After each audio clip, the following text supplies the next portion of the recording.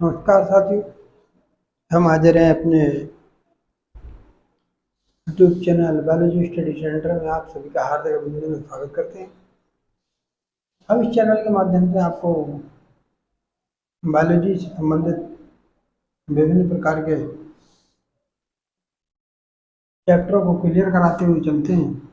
और जो भी भाई बहन, जो भी मित्रगण इसको देख रहे हैं, वो हमारे साथ जुड़े हुए हैं, उनके लिए बहुत बहुत धन्यवाद है। और जिन लोगों ने हमारा पिछले वीडियो देखा है उनको ज्ञात होगा कि एस्केलमिनथीज, प्लेटोहेलमिनथीज और एस्केलमिनथीज के मेंबर में मॉर्फोलॉजी ऑफ एस्केरिस मैं कंप्लीट कर चुका हूँ। और यहाँ पर आइए हम देखते हैं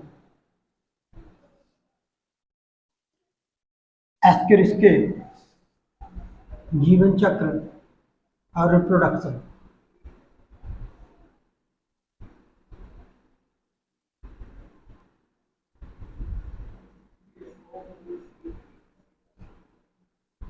and life cycle in Ascaris.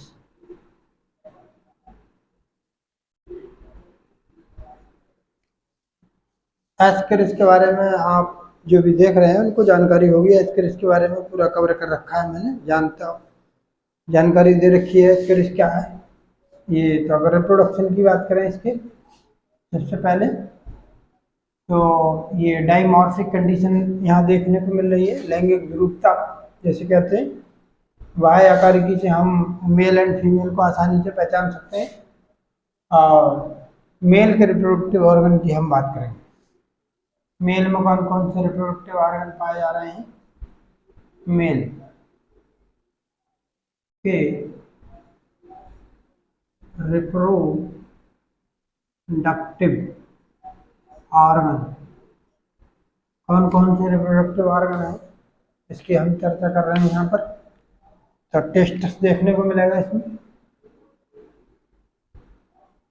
Testis, और टेस्टिस इसका कैसा होता है? सिंगल टेस्टिस पाया जा रहा है। सिंगल टेस्टिस पाया जाता है।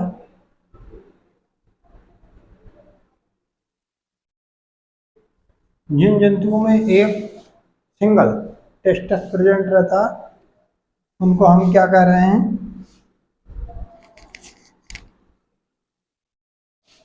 उनको हम मोनार्च कहते हैं। मोनार्ची पाया जाता है। इसलिए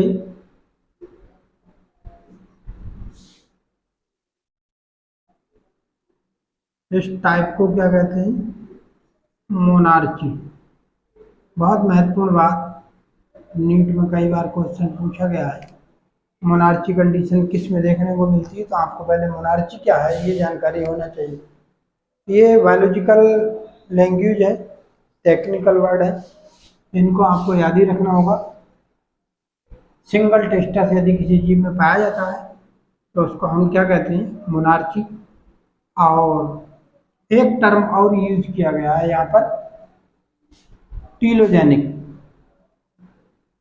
टीलोजेनिक, टीलोजेनिक क्यों कहते हैं? इसके जो टेस्टिस हैं वो टीलोजेनिक प्रकार के होते हैं क्योंकि इनके टेस्टिस में जो स्पर्म का फॉर्मेशन होता है वो एंटीरियर साइड पे होता है। मान लीजिए पूरी तरीके से टेस्टिस है तो टेस्टिस का ये पोस्टीरियर पार्ट हो गया और ये एंटीरियर पार्ट है, तो इस एंटीरियर पार्ट की ओर जो है स्पर्म को फॉर्मेशन देखने को मिलता है, तो इसलिए इसको टीलोजेनिक कहती है। ये बात आप समझ गए हो।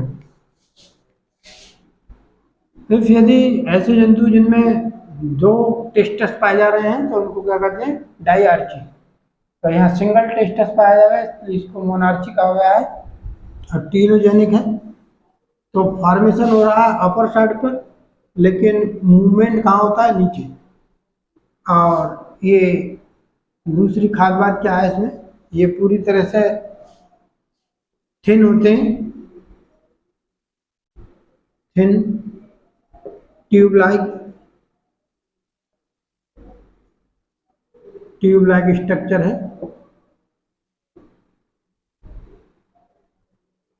कॉइल्ड है, होते हैं, कॉइल्ड होता है, आप समझ रहे हो। और इसके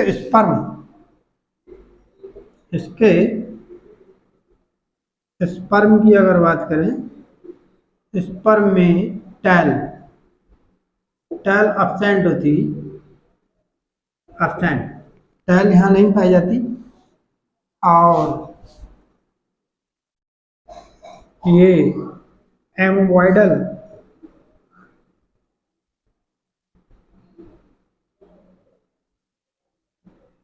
डल मूवमेंट करते हैं। कौन सी गति कर रहे हैं?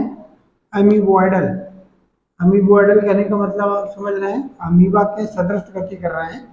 पादाब इन पर पाई जाती है, वो अमीबा की समान गति करते हैं। इनकी गति जो होती है, जो मोशन होता है वो अपग्रेड होता है नीचे की ओर, और फॉर्मेशन जो होता है वो टेस्टस के एंटीरियर एंड पर होता है, इसलिए इनको हम टीलोजेनिक कहते हैं।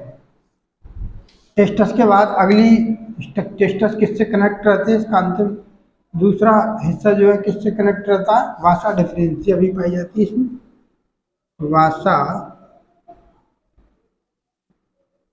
वासा डिफरेंस पाई जा रही है। ये भी पूरी तरीके से कॉइल्ड स्ट्रक्चर है, और इसका अंतिम हिस्सा कहाँ खुलेगा? सेमिनिफेरस ट्यूबल्स में खुल रहा है, सेमिनिफेरस वेसिकल।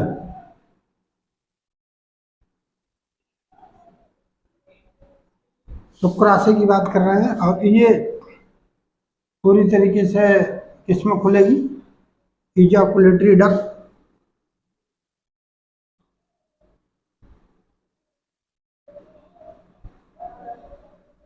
ये इजाकुलेटरी डक्ट में खुल रही है, और इजाकुलेटरी डक्ट अवस्कर द्वार से होते हुए कहाँ खुल रही? क्लोएका में, क्लोएका। और क्लोएका में क्या क्या चीज देखने को मिलेगी? यहाँ पर पीनियल सिटी देखने को मिलेंगी, पीनियल सिटी काइटिनस स्ट्रक्चर है, और यहाँ पर ही पूरी तरह से स्पर्म मूव करते हैं। तो आप समझ के देखिए, टेस्टस, और टेस्टस के बाद वासा डिफरेंस के बाद सेमिनिफेरस वेसिकल, और इजाकुलेटरी डक्ट क्लोका में ओपन हो रही है। क्लोका जो है, क्लोका के अंदर पीनियल सिटी देखने को मिल रही है, और यहाँ पर पैपिली देखने को मिल रही है। ये सारी स्ट्रक्चर यहाँ पर देखने को मिलती हैं आपको। और स्पिक्यूल्स आर क्या कह रहे हैं? Pineal city. ये फीमेल के वजाना को थोड़ा उभारते हैं, और उसके अंदर स्पर्म को इंजेक्ट कराने में मदद करते हैं। ये आप समझ गए होंगे। अब हम फीमेल की अगर बात करें, फीमेल के कौन कौन से ऑर्गन यहाँ देखने को मिलेंगे? ये मेल में हो गए, या हम समझते हैं आप लोगों ने इसको नोट कर लिया होगा, और ये नोट करते जाइए, बहुत महत्वपूर्ण बात है यहाँ पर। और ठीक है, तो अब आगे चर्चा करते हैं फीमेल की। फीमेल की चर्चा करेंगे। फीमेल में कौन कौन से पार्ट दिखाई देते हैं? देखिए, ये बहुत ही, आपको लग रहा होगा कि इतने छोटे जीव में सारी चीज़ें देखने को मिल रही हैं, तो बिल्कुल दोस्तों, एस्केरिस एक ऐसा है जो कंप्लीट है। इसमें ऑर्गन और level, organ system level body organization यहाँ देखने को मिल जाएगा। बॉडी सिस्टम, बॉडी पूरी तरीके से यहाँ पर अंग स्तर का जंतु है ये, और अब हम फीमेल की बात कर लेते हैं। यहाँ फीमेल की बात करेंगे। फीमेल के रिप्रोडक्टिव ऑर्गन कौन से हैं?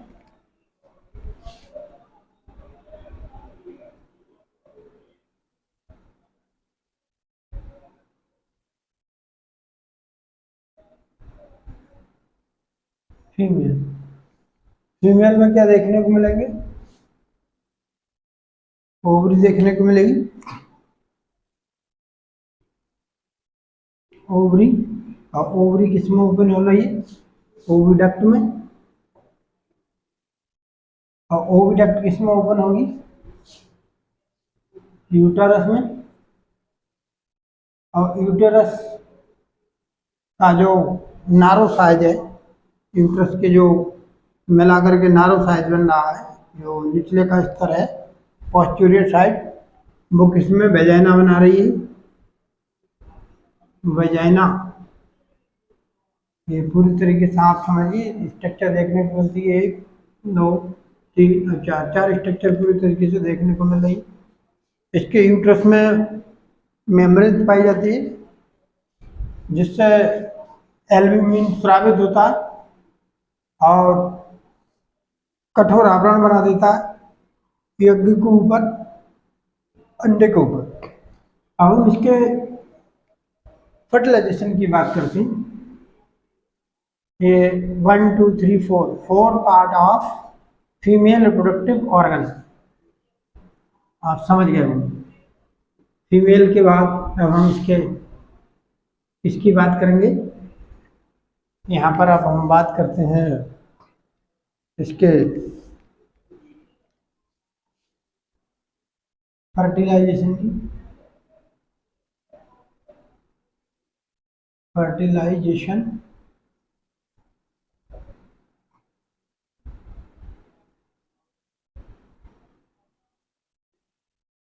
निषेचन कैसे होता है? तो एस्केरिस में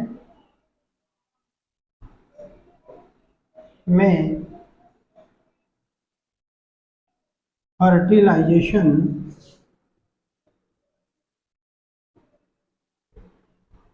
होस्ट के स्मॉल इंटेस्टाइन के अंदर होती है।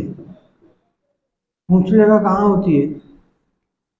होस्ट के स्मॉल इंटेस्टाइन के अंदर, जहाँ पर मेल फीमेल, यहाँ क्या होता है, जहाँ मेल फीमेल की वेजाइना में पीनियल सीटी के द्वारा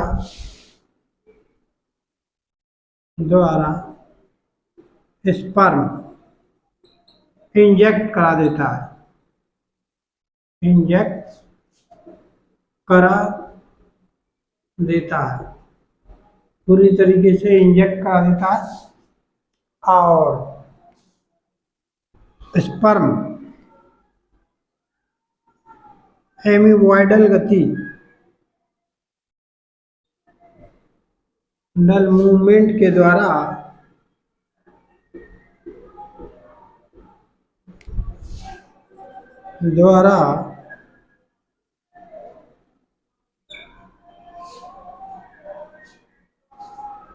यूट्रस में जाकर एग से फर्टिलाइज्ड हो जाते हैं।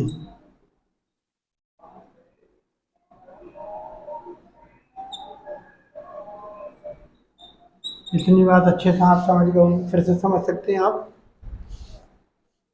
एस्केरिस में फर्टिलाइजेशन होस्ट की स्मॉल इंटेस्टाइन में होता है। पहला क्वेश्चन नीट में कई बार इस प्रकार के सवाल पूछे जाते हैं, के अंदर होती है। जहाँ मेल एंड फीमेल की वजाइना में, जहाँ मेल फीमेल की वजाइना में पीनियलिटी के द्वारा स्पर्म इंजेक्ट कर देता है और स्पर्म एम्ब्रॉयडल मूवमेंट के द्वारा यूट्रस में जाकर एग से फर्टिलाइजेट हो जाती है। अब ये फर्टिलाइजेट एग पूरी तरीके से हो गए हैं। अब आगे की क्रिया जो फीटल मटेरियल के द्वारा फर्टिलाइज एड जो है उनका क्या होता है आगे देखिए।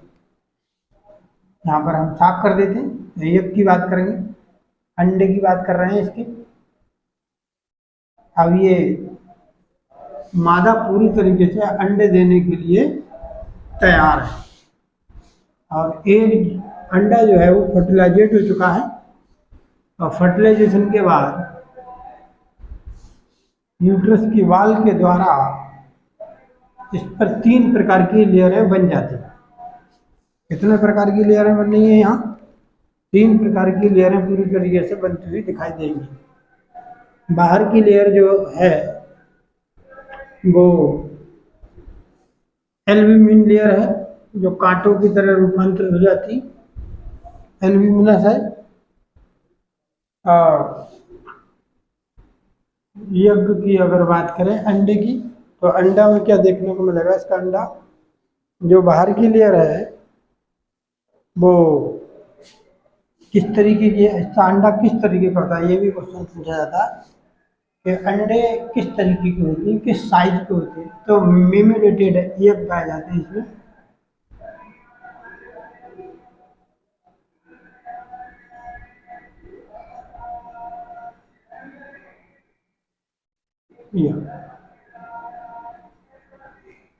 क्योंकि एल्ब्यूमिन का स्रावन होता है यूट्रस बाल से, एल्ब्यूमिन का स्रावन होता है, एल्ब्यूमिन की लेयर पाई जाती है। एल्ब्यूमिन की लेयर आप देख रहे हैं, इसके नीचे ये एल्ब्यूमिन की लेयर है। और ये काइटिनस लेयर है, काइटिन की बनी हुई है। और इसके अंदर एक लेयर और मिलेगी देखने के लिए, ग्लाइकोसाइड स्टार्च है, ये एक प्रकार का पॉलीसेकेराइड है की बनी होती है। और इसके अंदर जो है स्मॉल इन साइज क्या है, एम्ब्रायो बना हुआ है। ये पूरी तरीके से आप समझ गए होंगे। अब ये एग लेइंग के लिए तैयार है, अंडा देने के लिए मादा तैयार है। तो कितने अंडे जो है अपने जीवन काल में ये दे देती है? अगर अंडों की नंबर की बात करें तो कितने अंडे दे देगी? हम बात करें अंडे देने की तो एक मादा पर डे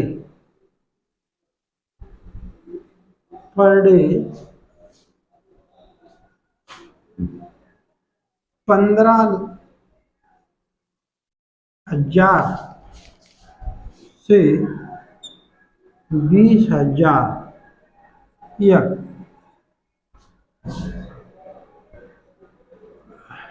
मल के साथ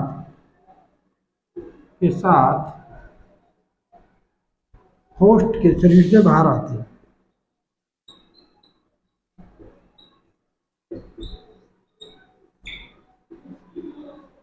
ये बहुत महत्वपूर्ण है। कितने अंडे देती है पर डे? तो 15,000 से 20,000 जो है अंडे दे देती है मादा। अब इसका फर्स्ट कैलिब्रेज, आगे इसका जो डेवलपमेंट है, जो विकास है, वो कैसे होगा, इस पर हम बात कर रहे हैं। हम समझ रहे हैं, ये आप नोट करते हुए चलते होंगे, जो भाई बहन इसको देख रहे हैं अच्छे से उसको नोट करते हुए चलते हैं। यहाँ पे बहुत सारे क्वेश्चन आपको विभिन्न प्रकार की कंपटीशन में, जैसे यूबी कैडेट है, नीट है, और भी जो परीक्षाएं होती हैं प्रवेश संबंधी बीएससी वगैरह में, उनके लिए यहाँ से सवाल पूछे जाते हैं। तो आप समझ गए होंगे। अब हम इसको रब कर रहे हैं और इसका लाइफ साइकिल आपको बताने का प्रयास करेंगे। इसका लाइफ साइकिल आप देख लें और उसके बाद इसका समाप्त करते हुए अन्य डाक की ओर बढ़ेंगे।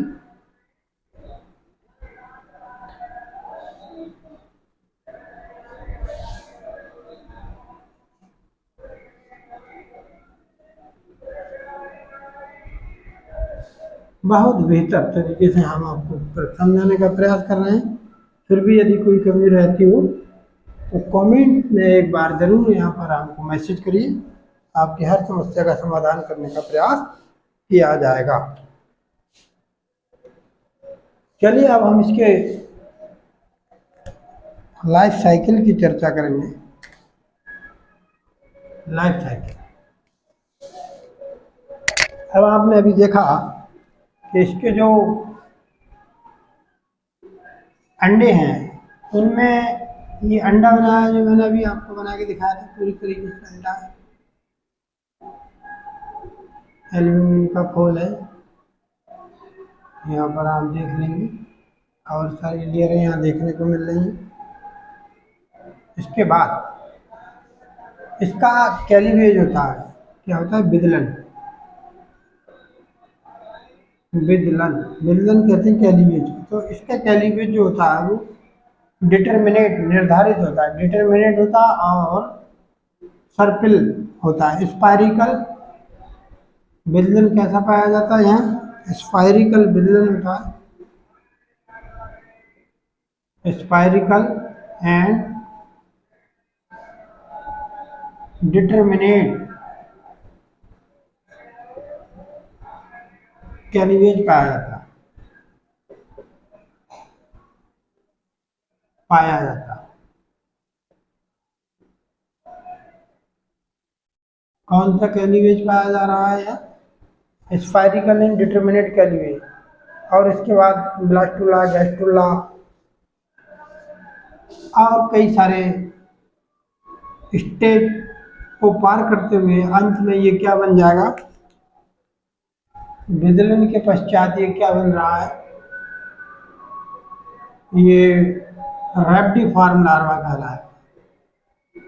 कौन सा लार्वा कहलाएगा, रैप्टिफॉर्म लार्वा।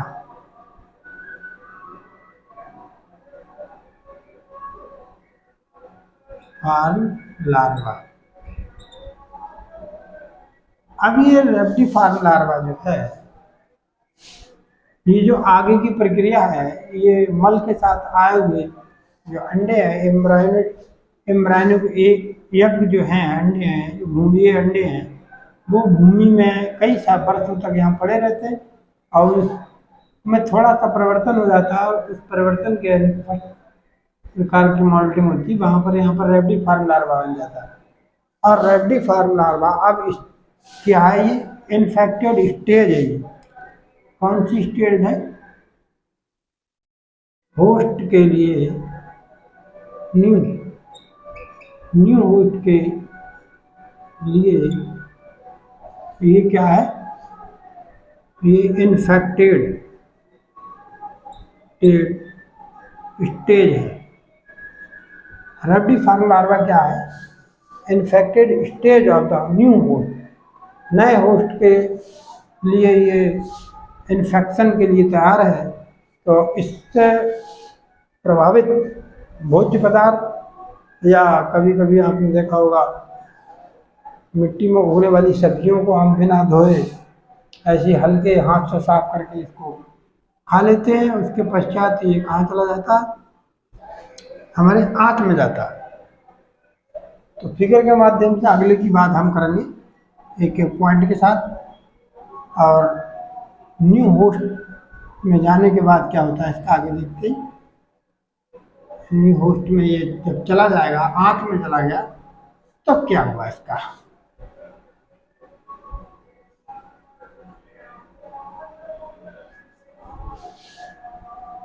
अब देखिए आगे हम बात करेंगे फिगर के माध्यम से, बिल्कुल एक एक पॉइंट को समझते चलेंगे। यहाँ पर बहुत महत्वपूर्ण बात के साथ हाजिर होते हैं आपके लिए।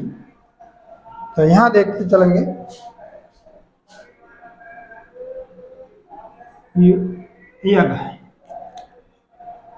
तो हम क्या कह रहे हैं, अंडा है। और ये कहाँ आ गया,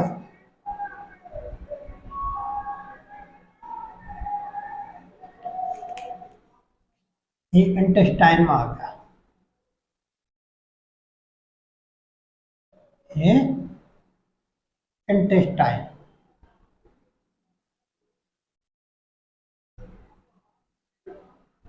ये क्या है, इंटेस्टाइन बाल, वो भेद कर, ये इंटेस्टाइन बाल है, इसको क्या कर देगा, भेद करके ये कहाँ चला जाएगा, लीवर में, लीवर, यानी कि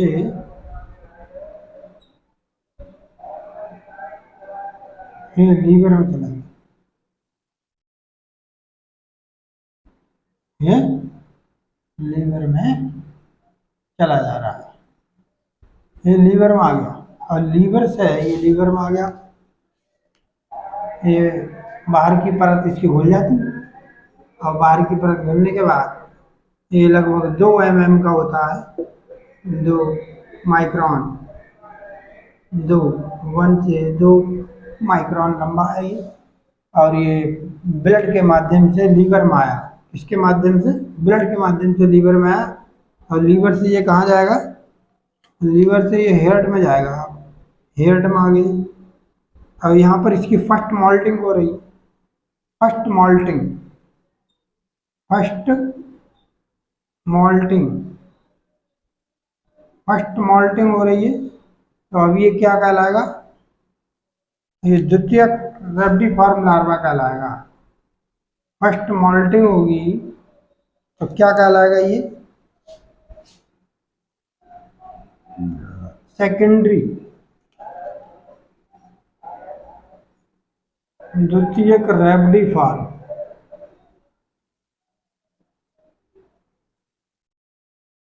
फार्म लार्वा, द्वितीयक रेबडीफॉर्म लार्वा है ये, और यहाँ पर फर्स्ट मॉल्टिंग हो रही है, अब ये माइग्रेशन करेगा, फर्स्ट माइग्रेशन यहाँ से चालू हुई, आँख से कहा कौन सी माइग्रेशन चालू हुई, फर्स्ट माइग्रेशन, और ये हेड में जाएगा, ये कहाँ जाएगा, हेड में जाएगा ये,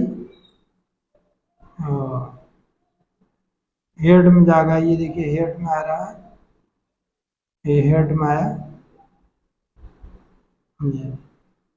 हेड में आ गया, हेड से ये कहाँ पहुँच जाएगा, ये हेड में आ गई, और हेड से ये लंग्स में चला जाएगा, लंग्स में, लंग्स में आ गया ये लंग्स में आ गया, देखिए ये लंग्स में आ गया, लंग्स में आया, और लंग्स में आने के बाद क्या होगा यहाँ पर, ये देखिए ये लंग्स में आ गए पूरी तरीके से, जो रेड कलर से मैंने दिखाया है, यहाँ पर सेकंड मॉल्टिंग, यहाँ क्या होगा, second moulting, moulting, second moulting होगी, और ये लार्वा जो है आप देख रहे हैं, रेबडीफॉर्म लार्वा, ये थोड़ा साइज में बढ़ जाएगा, और यहाँ पर ये इतना बड़ा हो गया, 4 माइक्रोन से 2 से 4 माइक्रोन तक लंबा हो गया, तो ये इतना बड़ा हो गया कि पूरी तरह से ये एल्वोलाई में आ जाएगा, और एल्वोलाई में उलझ जाएगा, ये एल्वोलाई, यही एल्वोलाई, और इस एल्वोलाई के अंदर ये उलझा हुआ है, आगे नहीं निकल सकता एल्वोलाई में, आप समझ गए, पहले आज से इसकी मॉल्टिंग शुरू हुई, और यहाँ पर ये रेस्ट करेगा, क्या करेगा, रेस्टिंग पीरियड है, रेस्टिंग करेगा, आराम करेगा, और उसके बाद ये साइज में बड़ा हो जाएगा, तो इसको सेकंड मॉल्टिंग होगी, और फिर थर्ड मॉल्टिंग होगी, यहाँ पर थर्ड मॉल्टिंग होगी, सॉरी यहाँ थर्ड मॉल्टिंग होगी, सेकंड मॉल्टिंग यहाँ हो चुकी है लीवर के बाद, और सेकंड मॉल्टिंग होगी, यहाँ पर सेकंड मॉल्टिंग हो गई, सेकंड मॉल्टिंग है, थर्ड रेबडीफॉर्म लार्वा कहलाएगा, ये साइज में 2 बार बढ़ रहा है, एक बार यहाँ बड़ा साइज, एक बार यहाँ बड़ा, और फिर एक बार लंग्स में, लंग्स में इतना बड़ा हो गया कि अब वो ब्लड में नहीं आ सकता, और यहाँ पर उलझ गया, अब ये यहाँ से कहाँ जाएगा, यहाँ से ये वायुनाल में आ जाएगा, कहाँ आ जाएगा, वायुनाल, ट्रैकिया, अब वायुनाल से अब ये फेरिंग्स में आएगा, फेरिंग्स, और फायरिंग्स की दीवारों को ये संकुचित करेगा, इससे खांसी आएगी। और खांसी आने के बाद ये फूड मटेरियल जिस नली में जाता है, फूड पाइप में फेरिंग से ये ओइसोफेगस में इंटेस्टाइन में, और इंटेस्टाइन में आकर के इसकी जो दीवारें हैं इसकी जो दीवारें हम देख रहे हैं, इसकी जो दीवारें हैं ये वाली, ये घुल जाएंगी और घुलने के बाद ये आंत में आकर के सेट हो जाएगा। वहाँ पर ये लंबाई में बढ़ेगा और कोशिकाओं में वृद्धि रुक जाएगी, लेकिन लंबाई में ये बढ़ता रहेगा और पूरी तरीके से वहाँ पर अपना ये नए होस्ट के आंतों में जाकर के चिपक जाएगा। वहीं से ये ब्लड के माध्यम से पोषण ग्रहण करता रहेगा। तो ये लाइफ साइकिल इसका कंप्लीट हो गया। आपने अच्छे से समझा होगा, मैं समझता हूँ। इसकी बात को एक बार फिर समझ सकते हैं आप। पूरी तरीके से एम्ब्रायोनेटेड एग, कंटामिनेटेड फूड एंड अन्य जो है इफेक्टेड खाद्य वस्तुओं के माध्यम से ये कहाँ जा रहा है, ये हाथ में आ गया, ये हाथ है, हाथ की में ये लेयर है घुल गई और ये छोटा सा 1 से 2 माइक्रोन लंबा ये ब्लड के माध्यम से हेपेटिक वेन के माध्यम से ये कहाँ आ गया, लीवर में।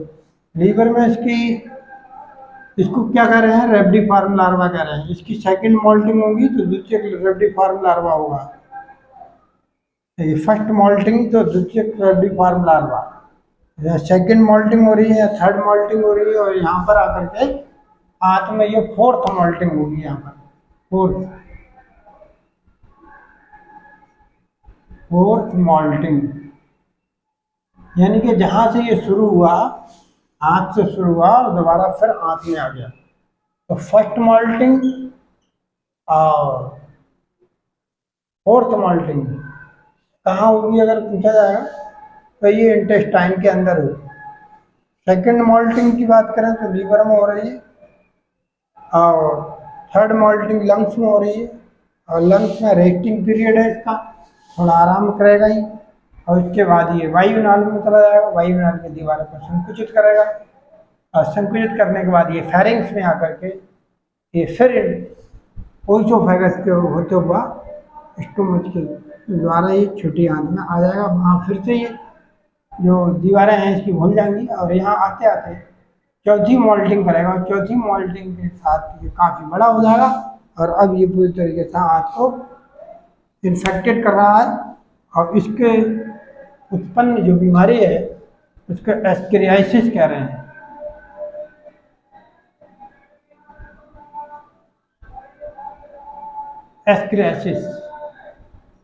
एस्केरियासिस इसको लेने के लिए अल्बेंडाजोल वगैरह दवा का इस्तेमाल किया जाता है।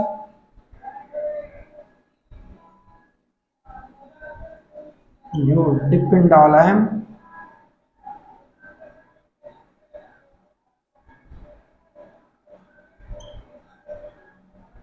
यदि दवाएं दी जाती हैं, हम समझते होंगे, हम आशा करते हैं हमारा ये वीडियो लोगों को पसंद आएगा, कुछ जानकारी मिलेगी। यहाँ से बहुत सारे सवाल चुटक किए जाते हैं। हमारी वीडियो को देखने के लिए और समझने सुनने के लिए बहुत बहुत धन्यवाद। शुभ रात्रि।